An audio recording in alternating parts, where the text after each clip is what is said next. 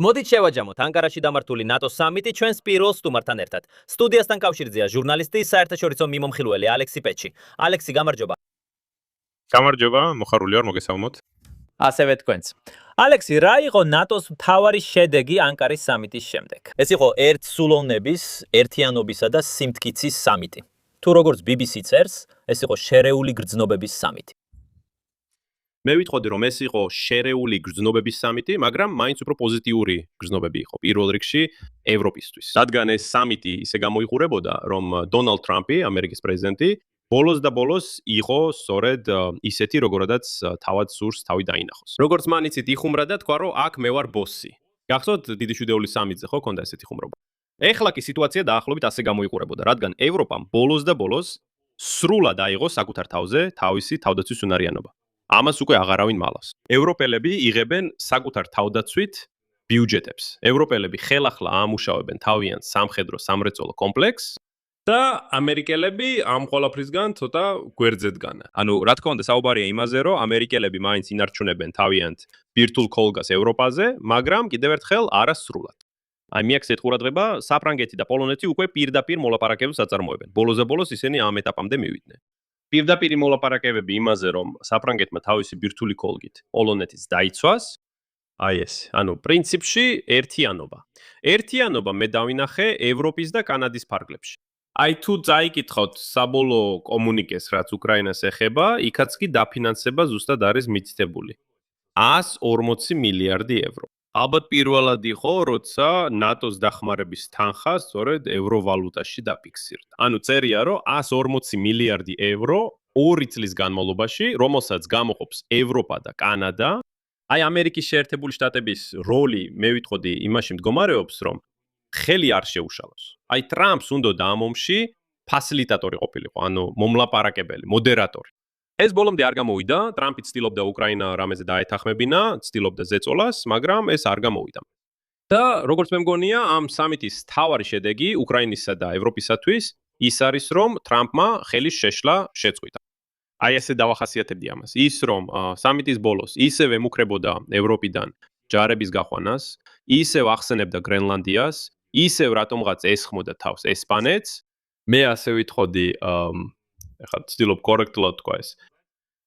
ამერიკის პრეზიდენტი დიდხანს იკავებდა თავს და მე უბრალოდ აფეთქდა და ისევ იგივე რიტორიკა დაისვა. იმიტომ რომ ყველა ჯარის გამოყვანა ევროპიდან მაინც არ შეიძლება. არსებობს კონგრესის 25 წლის გადაწყვეტილება, სადაც მკაფიოდ წერია, რომ თუ ჯარის რაოდენობა 76,000-ზე ნაკლები გახდება, მას არ შეუძლია შეამციროს ამერიკული არმიის რაოდენობა ევროპაში. დიახ. ბირთვულ ქოლგაზე უარის თქვა, მას არ შეუძლია. გერმანიისთვის თომაჰაუკების ისტორია საბოლოოდ გადაწყდა. ეხლა გერმანელები თავად იდულობენ ამ რაკეტებს და არა ამერიკელები ათავსებენ მათ გერმანიაში.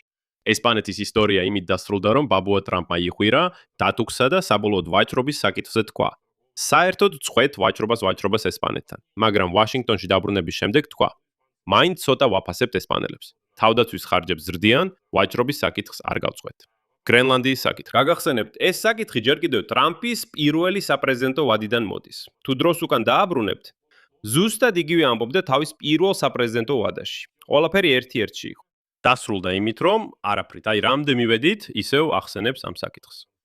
ამიტომ ვიტყოდი, რომ ეს სამიტი ევროპისთვის პლუსია, დიდი პლუსი. დიდი პლუსი ისაა, რომ ანკარა, თურქეთი საბოლოოდ შეიძლება ითქვას, სრულფასოვნად ხდება უკრაინის მკაფიო მხარდამჭერი, მკაფიო პაზლად იქცა ევროპის უსაფრთხოების თლიან არქიტექტურაში. ერდოღანი ამას აღარ მალავს, ის მკაფიოდ აკეთებს არჩევანს.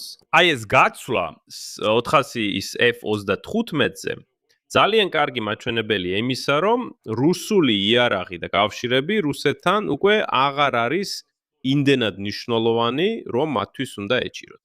ერდოღანი ხვდება, რომ ეხლა უკვე მისთვის აღარ არის მომგებიანი, უпростоრად ეს მომგებიანია პუტინისთვის, რომ ერდოღანმა როგორმე შეინარჩუნოს კავშირი მოსკოვთან. და არა ისე როგორც ეს იყო 10 წლის წინ, როცა ერდოღანი მიისწრაფოდა როგორც მოსკოვისკენ, ისე დასავლეთისკენ და ირჩევდა მრავალპოლარულობას. თითქოს ხიდს აშენებდა დასავლეთსა და მოსკოვს შორის. ეხლა კი ხვდება, რომ ეს პირველ რიგში მას კი არა, პუტინს სჭირდება. ამიტომაც ის მთლიანად ტრამპისკენ იხრება, უჭერს მხარს მის იდეებს და ასე შემდეგ და ასე შემდეგ. ასე რომ მოკლედ რო თქვა, ამ სამიტიდან უფრო მეტ პოზიტივს ხედავ ევროპისთვის, როპისთვის. აი ეს ალექსეი არ ჩაერიოს, დიახ, ამერიკის შეერთებული შტატების მხრიდან თქვენ არ გეჩვენებათ, რომ ამ სამიტზე თითქოს არ ჩარევიდან ერთი ნაბიჯით წინ წავიციეთ. იმიტომ რომ პატრიოტებზე ლიცენზიები იქ შორმანძილზე დართმების მხარდაჭერა ზოგიერთმა საერთოდ თავიდან ასე განმარტა, რომ რუბიომ თქვა, თითქოს დახმარებასაც კი გაუწევთ, მაგრამ ეს როგორც ჩანს უბრალოდ არასწორი თარგმანია. და შემდეგ იქ შესაძლო ცის დახურვა, როგორც უსაფრთხოების გარანტია, ეს უკვე უფრო დახმარებას გავს.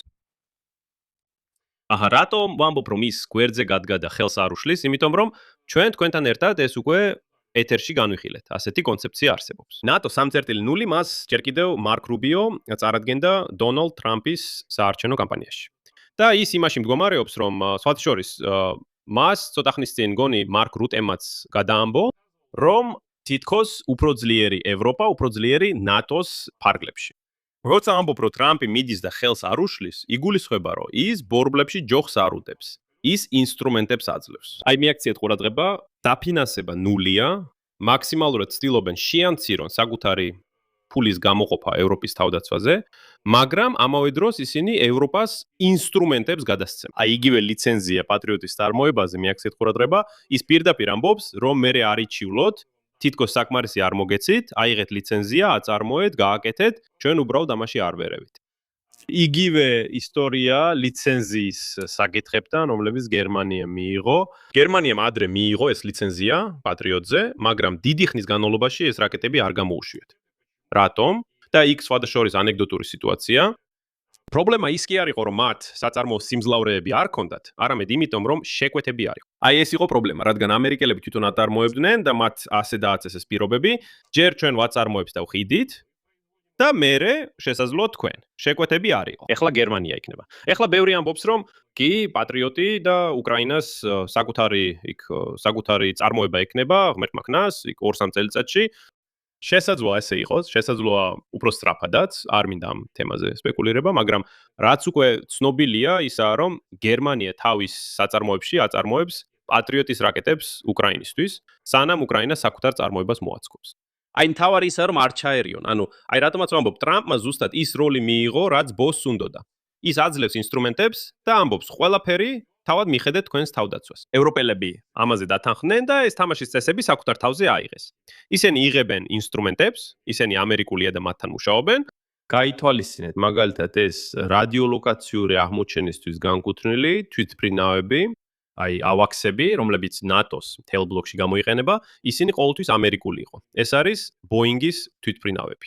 რა გამოაცხადეს ამ ნატოს სამიტზე? რომ ევროპა შვედეთში, კომპანია Saab-თან 10 ახალ თვითმფრინავს უკვე თავს. ანუ ისინი ამ საკითხშიც კი საკუთარ ავიაციაზე გადადიან. ანუ ნელ-ნელა, მაგრამ ევროპა მთლიანად საკუთარ თავზე გადადის, როგორც არ უნდა ჟღერდეს ეს. აი იმ ფონზე რომ ამერიკელებიც რჩებიან, ამერიკა არსად მიდის, აქ ძალიან დიდი შეცდომაა იმის ფიქრი, რომ ამერიკელები ტოვებენ ევროპას, გამოხვალ ჯარები, ართმევენ იარაღს და ასე შემდეგ. არა, ნატოს 3.0-ის კონცეფცია იმაში მდგომარეობს, რომ ევროპა, რომელიც მეორე მსოფლიო ომის შემდეგ მიეჩვია და ამერიკელებმა ეს მოდელი პრინციპში მათ თავს მოახვიეს, ვითარდებოდით ეკონომიკურად, ხოლო ისინი დაგვიცავდნენ. აი ევროპაც ასე ცხოვრობდა მრავალი ათწლეულის განმავლობაში. მაგრამ დადგა დრო, როცა ევროპას მხოლოდ ეკონომიკის განვითარება აღარ ყოფნის, არამედ თავად უნდა დაიცვას თავი. და მოდით ჩვენც ვიყოთ გულწრფელები და ობიექტურები. მხოლოდ შეერთებული შტატების შეერაღებულ ძალებზე დაყრდნობა იმ სიტუაციაში, როცა გვერდით აგრესიული რუსეთია, რომელიც უკვე ევროპაში დივერსიებსა და პროვოკაციებს აწყობს, ძალიან სულელური იქნებოდა. ძალიან სულელურია, მაგრამ ევროპელები როგორმე უნდა წაეხალისებინათ ამისთვის. უბრალოდ აეხსნათ, რომ არსებობს რუსეთის საფრთხე, სამწუხაროდ ყველა ევროპელი არ იცნობს და არ სჯერა ამ საფრთხის. და ამას აჩვენებენ მემარჯვენე ძალები, რომლებიც ყველა ევროპულ ქვეყანაში არსებობენ და უცებ ამბობენ, მოდით ისევ დაუმეგობრდეთ და ვითანამშრომლოთ რუსებთან. ამისთვის შეიძლება მაგალითად მოვიყვანოთ დონალდ ტრამპი, რომელიც იტყვის, რომ ან თქვენ თავად დაიცავთ თავს, ან ჩვენ წავალთ და მარტო დაგტოვებთ რუსეთთან პირისპირ. ეს უბიძგებს, ეს მუშაობს. ხედავთ თავდაცვის ბიუჯეტებს, ხედავთ რომ ევროპელები დაიწყეს მუშაობა საკუთარ სამხედრო-სამრეწველო კომპლექსზე და გამოყოფენ რეალურ ფულს. და გაითვალისწინეთ ამერიკელებიც ხო უბრალოდ არ გასცემენ წარმოების ლიცენზიებს. თუ ყურადღებით დავაკვირდებით, მაიკლ ვოლცმა თუ არ ვცდები, ეს განაცხადა, რომელიც აშშ-ის წარმომადგენელია ნატოში, ის არის მეთიუ ვიტაკერი. მან ცოტა ხნის წინ, დიახ, მეთიუ ვიტაკერმა თქვა, რომ დიახ, არა. сказал о том, что მეთიუ ვიტაკერმა ცოტა ხნის წინ თქვა, რომ ევროპელებმა დაიწყეს დიდი თანხების გამოყოფა საკუთარი თავდაცვითი სამრეწველო კომპლექსისთვის. არსებობს დიდი რისკი იმისა, რომ ისინი ეხლა ამ ყველა ფულით მხოლოდ ევროპულ იარაღს იღებდნენ. და რა მოუვა ამერიკულ სამხედრო სამრეწველო კომპლექსს, რომელიც წლებია, ათწლეულებია თავის იარაღს ევროპაში ყიდის, ამიტომაც გასცემენ ლიცენზიებს, ამიტომაც გადადის წარმოება და ასე შემდეგ, რომ დარჩნენ ამ სტრუქტურაში და იყვნენ ამ ბაზარზეც. ამ ბაზარზეც ფული იშოვა. ამიტომ შევაჯამოთ კიდევ ერთხელ. როცა ვამბობ, რომ ტრამპი გვერდზე გადგება და ხელს არ უშლის, ეს არ ნიშნავს, რომ ის საერთოდ მიდის და აღარ ჩანს. არა. ეს სწორედ ის ბოსია, რომელმაც ინსტრუმენტები მისცა, აიღეთ, იმოქმედეთ. ევროპელები იღებენ და მოქმედებენ. ჩვენ სიტუაციაში, აი უკრაინის სიტუაციაში, ეს სუპერ იდეალური მიდგომა. თუ ტრამპს არ უნდა დააფინანსოს, თუ არ უნდა დახმარება გასცეს და ასე შემდეგ, კარგი, უბრალოდ მოგვეცი ინსტრუმენტები და გვერდზე გადგი. ჩვენ თვითონ გავაკეთეთ ყველაფერს. და მიაქციეთ ყურადღება ბოლო რასაც ვიტყვი. ბოლო წელი, აი უკვე წელიწადზე მეტია, დიახ, და ტრამპმაც ეს შენიშნა, როცა ზელენსკის შეხვდა. ის ამბობს, თუ შევადარებ სიტუაციას 2025 წლის თებერვალში, ოვალურ კაბინეტში და ამჟამინდელ სიტუაციას, ეს ხომ შეუდარებელია. და ტრამპი ამას აღიარებს, ამბობს, მაშინ კოზირები არ იყო, ეხლა კი კოზირები გაჩნდა. და რის შედეგად გაჩნდა ისინი? კლავაც ცინიკური ვიქნები, მაგრამ ისინი უკრაინას გაუჩნდა იმის შედეგად, რომ ტრამპი დაკავებული იყო ირანთან ომით. ამ დროს კი ევროპა აწყობდა თავის სისტემას, კოორდინატების სისტემას, თავის კავშირებს, თავის ხედვას და უსაფრთხოების საკუთარ არქიტექტურას. და მივედით იმ წერტილამდე, სადაც ახლა ტრამპი ამბობს, უკრაინას კოზირები გაუჩნდა. ამიტომაც ვხედავთ იმ წერტილს, როცა ის ამბობს, რომ კი მოსკოვზე დარტყმები, რა თქმა უნდა, ესკალაცია, მაგრამ ეს ის ესკალაცია, რომელიც შეიძლება ომის დასრულებამდე მიგვიყვანოს.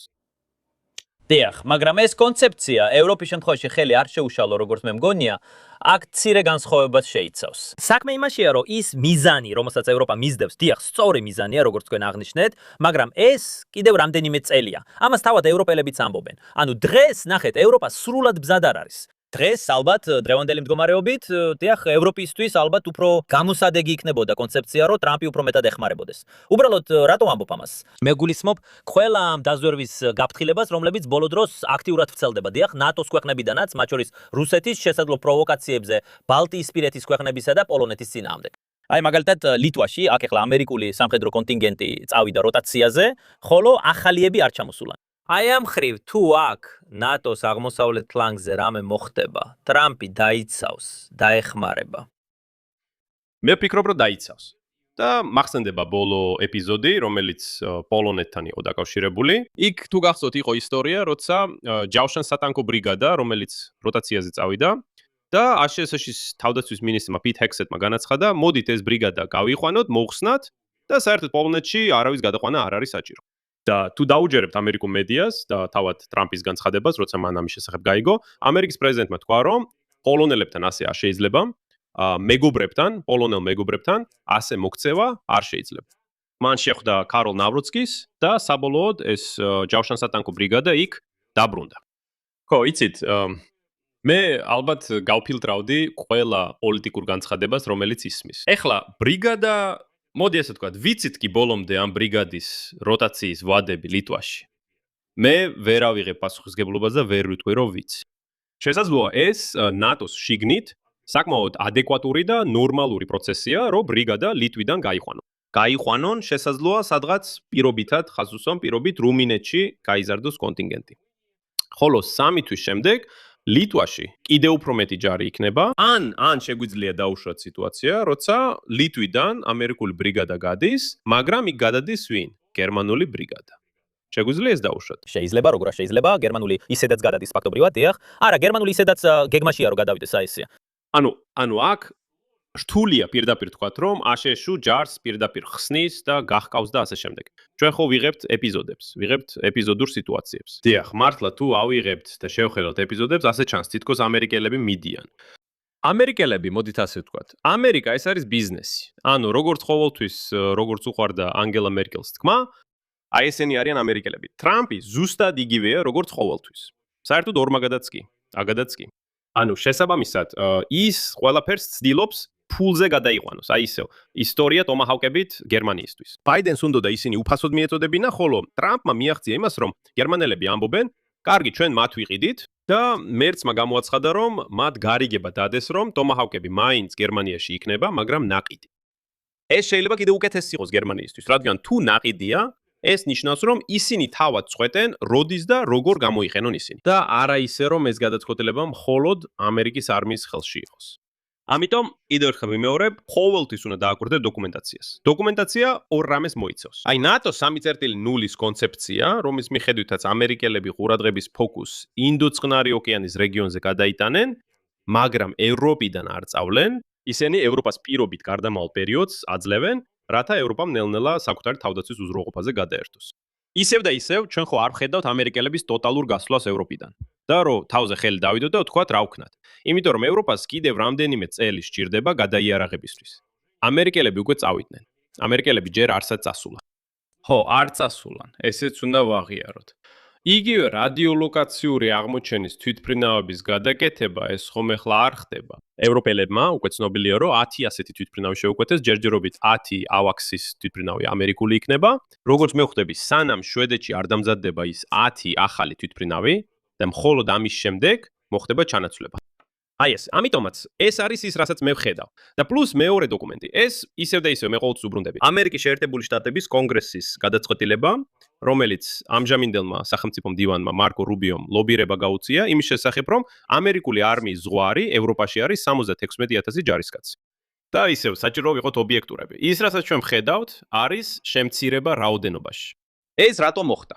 2022 წლამდე იყო 76,000 შემდეგ, 2022 წლის შემდეგ. როდესაც რუსეთმა სრულმასშტაბიანად შეუტია უკრაინას, ეს რაოდენობა მკვეთრად გაიზარდა. და ახლა ტრამპი უბრალოდ ცდილობს დაბრუნდეს ამ ნიშნულზე. კიდევ ერთი მომენტი, მიაქციეთ ყურადღება იმას, რომ ტრამპი ყოველთვის იყენებს ამ თემას როგორც ვაჭრობის საგანს. როცა ტრამპი კიდევ ერთხელ იწყებს საუბარს იმაზე, რომ ის გაიყვანს, მიატოვებს და ასე შემდეგ, ყოველთვის დააკვირდით იმას, რაც ეკონომიკაში ხდება.